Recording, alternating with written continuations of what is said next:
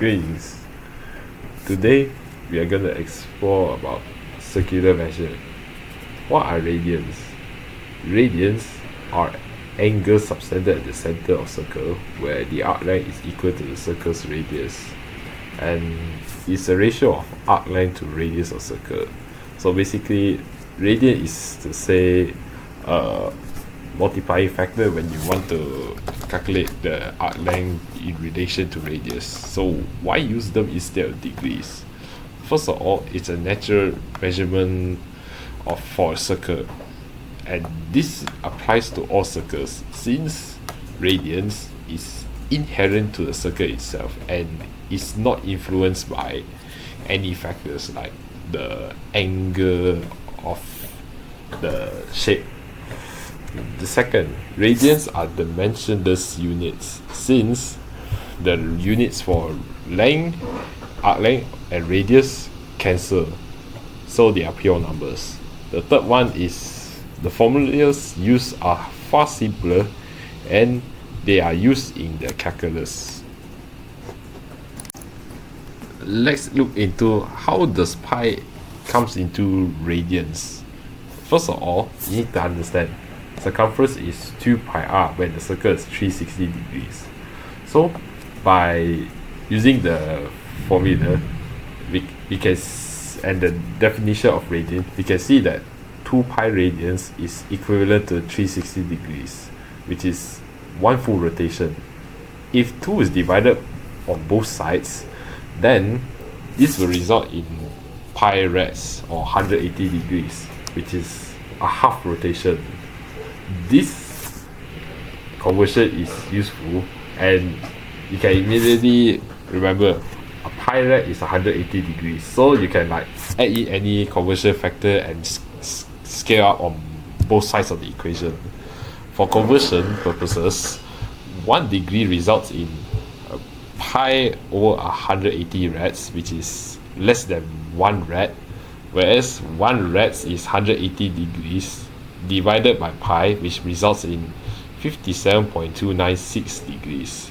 Conversion results in half a pi rad is 90 degrees, 3 pi over 2 rads is 270. Okay, so you see that the pi rads equals 180 is very useful. Now we look into how angles in radians can find arc length and sector area. By using theta, which is angle in rads, arc length, as we keep r constant, we can see that arc length is directly proportional to angle subtended to the center of circle. So by radian definition, arc length is equivalent to s equals r theta. Remember, at 2 pi rads, s is circumference. To get sector area, we can use a equals pi r squared and the fraction of an angle. And the fraction of angle works because as the units cancel each other, you get a multiplying factor or like a fraction of the area. So you can see that how you get the sector area in terms of radians is found by taking area times the fractionate factor times the conversion factor from degrees to radians, and then you get a equals half times r squared times theta. That is how you get the sector area of a circle involving rads. Now let's look at segment area.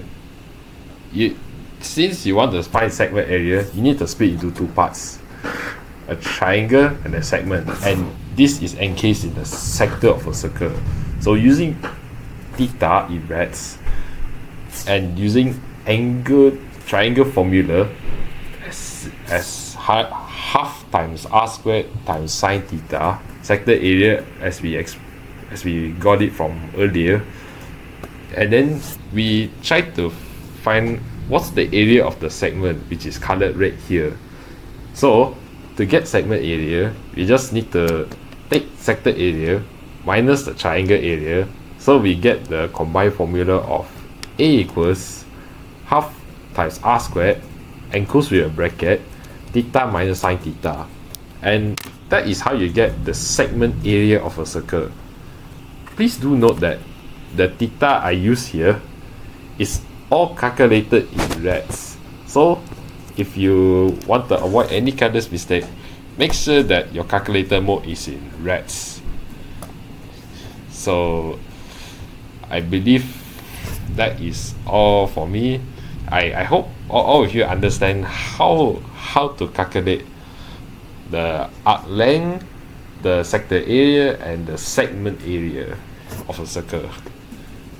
Thanks.